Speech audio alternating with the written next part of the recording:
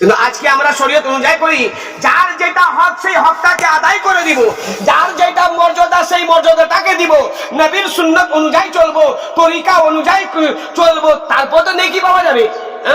এখন আমি কোরআন তিলাওয়াত করছি, ইয়াকা না'বুদু ওয়া ইয়্যাকা নাস্তাইন আহদানা সিরাতাল মুস্তাকিম, নেকি পাবো। हाँ, वरत्तिल कुरान तरतीला, कुरान तरतिल के साथ पढ़ना पड़ेगा, कुरान शुद्ध भावे पढ़ते হবে, তাহলে তো নেকি পাওয়া যাবে। নামাজ যেই তরিকায় পড়ার হুকুম আছে সেই তরিকায় নামাজ না পড়ে আমরা অন্য তরিকায় পড়ছি, সেটা কি নেকি পাওয়া যাবে?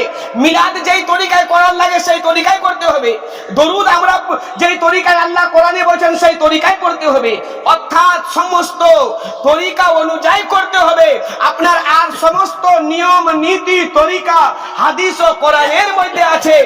ভাত কিভাবে খেতে হবে সেটাও হাদিসের নিয়ম আছে, ওযু কিভাবে বানাতে হবে, ইমাম সাহেবকে কিভাবে মানতে হবে, আলিম ওলামার কি একটা হক, ইমাম সাহেবের কি একটা হক, একটা বয়স্কর কিভাবে একটা হক, একটা ছোট বাচ্চার কিভাবে ভালোবাসা, সমস্ত তরিকা হাদিস পাকের মধ্যে বইয়ের মধ্যে দেওয়া আছে।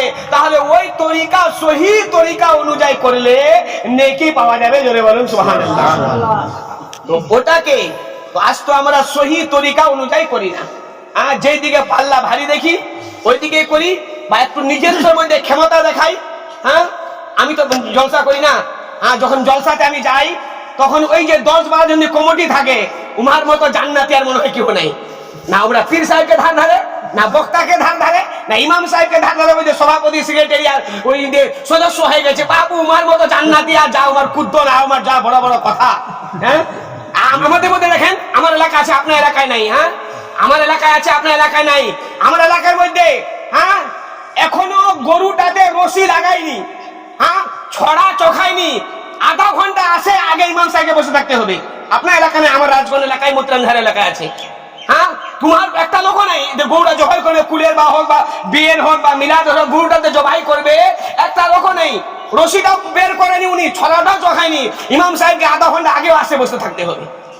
মিলাদে কিন্তু লোক নাই, সব বিষয়নি, আধা ঘন্টা আগে ইমাম সাহেবকে আসে বসে থাকতে হবে। আজ একটু দেরি করেছে, তোমার মতো ঢিলা ইমাম, তোমার মতো ঢিলা ইমাম আমরা দেখিনি। আর বললে আপনাকে খারাপ লাগবে, তখন কহিবানকে নাকি ইমাম সাহেব আজি কেমন কহছে। সম্পূর্ণ নিয়ম নীতি তরিকা জানতে হবে। আমি আসলাম, আসার পরে আপনার এখানে 12টা অ্যাটেন্ড হলাম, 1টার সময় চলে গেলাম, আমার ডিউটি শেষ। আর আপনি রাতের 12টার সময় আপনাকে যদি আমাকে চান আমাকে পাবেন না, যদি এমার্জেন্সি ফোন করেন, পাঁচশোপাড়া পাখাতর আমাকে ভালোবাসার ফোন করলে আমি বলবো রাত্রে 12টার সময় আমি কাল সকালে আমার খুব ব্যস্ত আছি, যা ব্যস্ত কাল সকালে নামো। কিন্তু বিরাদরানে মিল্লাতে ইসলামিয়া আপনি আপনার ইমামকে রাতের 12টার সময় 1টার সময় যদি ফোন করেন, তাহলে আপনার ইমাম সাহেব ওইটা কথা বলবে না, যে কোনো গ্রামের ইমাম হোক ওই কথাটা উনি বলবে না, আমি এখন যেতে পারবো না, আমি এখন যাব না, কালকে যাব, রাতের 12টার সময় ফোন করলে আপনাকে আসতে হবে।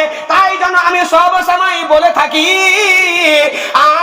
একজন অফিসে ডিউটি করে 8 ঘন্টা, একজন আলুর গুদামে ডিউটি করে 12 ঘন্টা, একজন ফ্যাক্টরিতে ডিউটি করে 8 ঘন্টা, কিন্তু আপনার ইমাম সাহেব, যে কোন মসজিদের ইমাম সাহেব, উনি ডিউটি করে 24 ঘন্টা। আল্লাহু আকবার। ভাবলে গভীর ভাবে ভাবলে কিন্তু মাথা লোক হয়ে যাবে।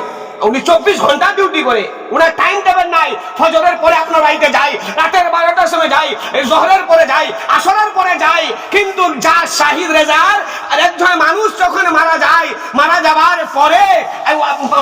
পরে বা বিয়েতে এই 3 দিন আগে আমার জামাতে একটা বিয়ে হলো, আমি 5 বার গেলাম ওর বাড়িতে, আমি 5 বার গেলাম। কিরকম বিয়ে হলো, আমি 5 বার গেলাম। একবার বেলা আকিকা করবে, 12টার সময় কোরবানি দিয়ে গেলাম, ঘোরাবেন হালি। কত মানুষ আকিকা করবে লাগে, মায়েরা বিহাই দিব, আকিকা করিনি, সুবিধাবাদ জিন্দাবাদ। বিয়ের গরু নিয়েছে, ওখানে আকিকা ঢুকাই দিবে। আমার চালাক খুব না মুসলমান, বর্তমান যা বর্তমান মুসলমান চালাক, মানে হলে হলি, চালাক তাদের বেশি মাইন খাচ্ছে। বিয়ের জন্য গরু কিনেছে আর বলছে এখানে আকিকা করে দেবো। চালাক হয়নি, নিয়ত ছিল আপনার বিয়ের মেয়েকে বিয়ে দিব, গরু কিনে নিয়ে এসেছে আকিকা